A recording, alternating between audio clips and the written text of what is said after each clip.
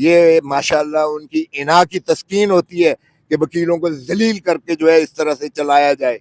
میں بھٹو صاحب کے ٹرائل سے شروع ہوں, کوٹ لکھپت جیل میں بھی ہم دروازے تک گیٹ تک گاڑی جاتی تھی اور کتابیں وکیل نہیں اٹھاتے تھے سر پر جو ہے, اور لفافے اٹھائیں اور اس طرح سے ذلت و رسوائی کریں. اٹک جیل بھی بکتایا تھا زرداری صاحب کا اور بے نظیر کا, اور اسی طرح اڈیالہ جیل بھی زرداری صاحب کے.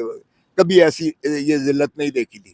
اگر ان کے نئے انہوں نے کوئی وہ نکالے ہیں تو پھر اس طرح سے عدالت میں ہم جو ہے مکمل طور پر جو ہے کرنے کو تیار نہیں. اور ویسے بھی جب ہائی کورٹ کے ڈویژن بینچ نے کیس سپلیمنٹری بنا کے کل پارٹ رکھا ہوا ہے, تو میں ظاہر ہے کہ یہاں تو یہ اس کو ہائی کورٹ کو نہیں کہہ سکتا کہ میں ایک اکاؤنٹیبلٹی کورٹ کے جو سبارڈینیٹ جج ہے اس کی عدالت میں پیش ہونے کی وجہ سے آپ کے پاس پیش نہیں ہو سکتا.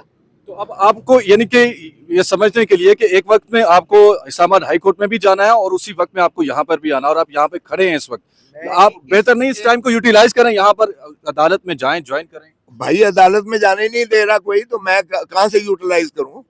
آیا میں کس لیے ہوں؟ اسلام آباد ہائی کورٹ نے تو کہا کہ اوپن ٹرائل ہوگا, جیل کے اندر بھی جو بھی ہوگا اس میں تو عام آدمی بھی جا سکتا ہے. بس پھر یہ مذاق آپ دیکھ رہے ہیں نا کہ ہائی کورٹ کی کتنی یہ احکامات کو مانتے ہیں اور کتنا یہ عدالت کی تعظیم اور تکریم کرتے ہیں, اسی سے آپ اندازہ کر لیں.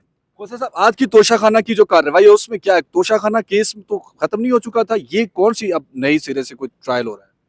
نہیں, وہ جو جسٹس عامر فاروق صاحب نے جو ریمانڈ کیا تھا, انہوں نے عدم حاضری میں بیل بیفور ارسٹ خارج کی تھی, وہ ریمانڈ کیا تھا, اس کی جو ہے اب پیشی لگی ہوئی تھی. اور 13 کی تاریخ دے کر نیب کا اس وقت جو ہے استدعا کو مسترد کیا پروسیکیوٹر کو. اس نے کہا کون سی کیا بتا جائے گی, 13 کو باقی کیس ہیں ان کے ساتھ سنیں گے. رات کو 8 بجے مجھے نوٹس آتا ہے, اپنا میرے منشی کو انفارم کیا جاتا ہے. یہ کبھی عدالتی اس میں آداب میں نہیں ہوتا ہے کہ صبح پیش ہو, کیا بات ہے. اور اس دن میرا ہائی کورٹ میں بھی تھا, سپریم کورٹ میں بھی, اور بیگم میری ہاسپٹل میں ایڈمیٹڈ تھی حمید لطیف میں, کمرہ نمبر 801 میں.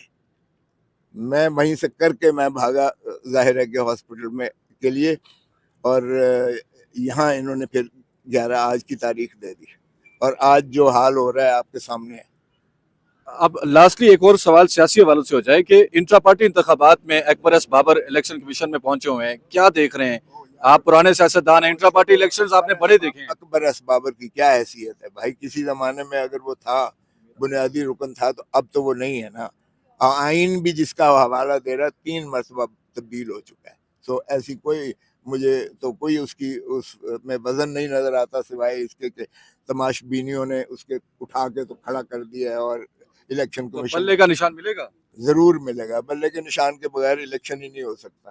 چلو بھائی, بہت شکریہ. سردار لطیف کھوسہ کی گفتگو آپ سن رہے تھے, اور ان کا یہ کہنا ہے کہ بلے کا نشان ضرور ملے گا اور انتخابات بلے کے نشان کے ساتھ ہوں.